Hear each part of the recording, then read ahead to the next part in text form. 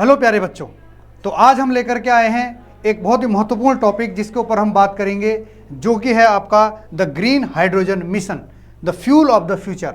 बच्चों, ये जो मिशन है ये भारत सरकार का एक बहुत ही महत्वाकांक्षी मिशन है। भारत सरकार इसके ऊपर बहुत जोरों शोरों से काम कर रही है।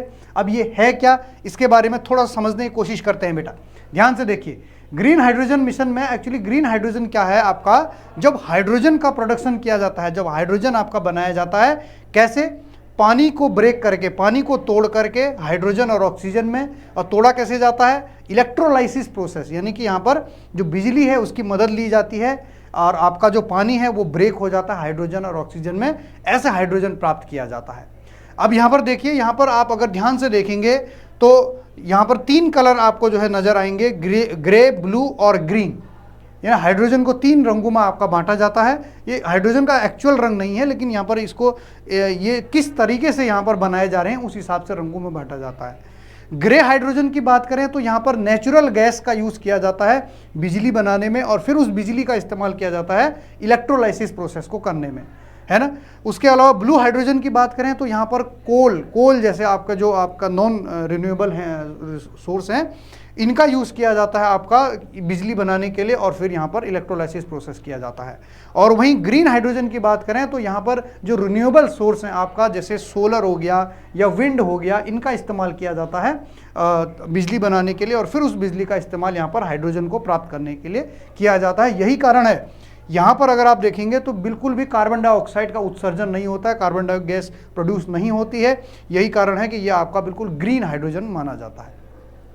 याद रखिएगा, ये जो चीज़ आपने देख रहे हैं, इसको लेकर के जो भारत सरकार है उसका एक प्रोग्राम है जिसको हम लोग कहते हैं साइट, यानी कि strategic intervention for green hydrogen transition.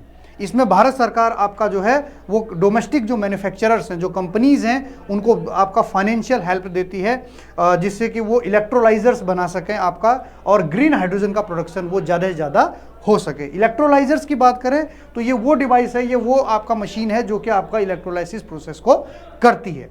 आगे बढ़ेंगे तो ये जो डिपार्टमेंट इसमें इन्वॉल्व है वो है बच्चों ministry of new and renewable energy, यानी MNRE। इसके अलावा बच्चों अगर मिशन टारगेट की बात करें तो आपका जो है कम से कम भाई आपका जो है 5 मिलियन मीट्रिक टन आपका हर साल प्रोड्यूस हो सके जो हाइड्रोजन है आपका, इतना, ताकि उसको फ्यूल के तौर पे यूज़ करें या ऐसे। तो हाइड्रोजन का प्रोडक्शन इतना आपका जो है ये लक्ष्य है, और ये आपका 125 गीगावाट आपका जो है रिन्यूएबल एनर्जी कैपेसिटी को बढ़ाएगा। इसके अलावा बच्चों इससे फ़ायदा क्या होगा, कम से कम 1 लाख करोड़ का जो आपका फॉसिल फ्यूल है, जो हम आपका कोल है या पेट्रोलियम है या दूसरी चीज़ें हैं, इनमें आपका जो है सेविंग होगी, ये इससे में बचत होगी, वो कम यूज़ होगा, जिससे इन्वायरमेंट को भी फ़ायदा होगा और देश की इकोनॉमी में भी फ़ायदा होगा।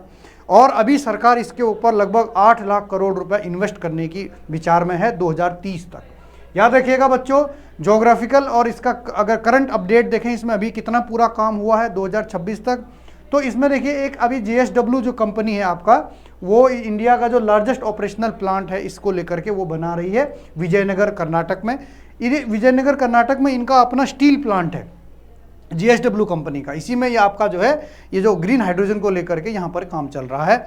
उसके अलावा फ्यूचर में जो आपका इंडियन ऑयल कॉरपोरेशन लिमिटेड है, वो भी आपका जो पानीपत का अपना इनका जो रिफाइनरी है वहाँ पर एक 10,000 TPA जो प्लांट है उसको सेटअप करने वाली है।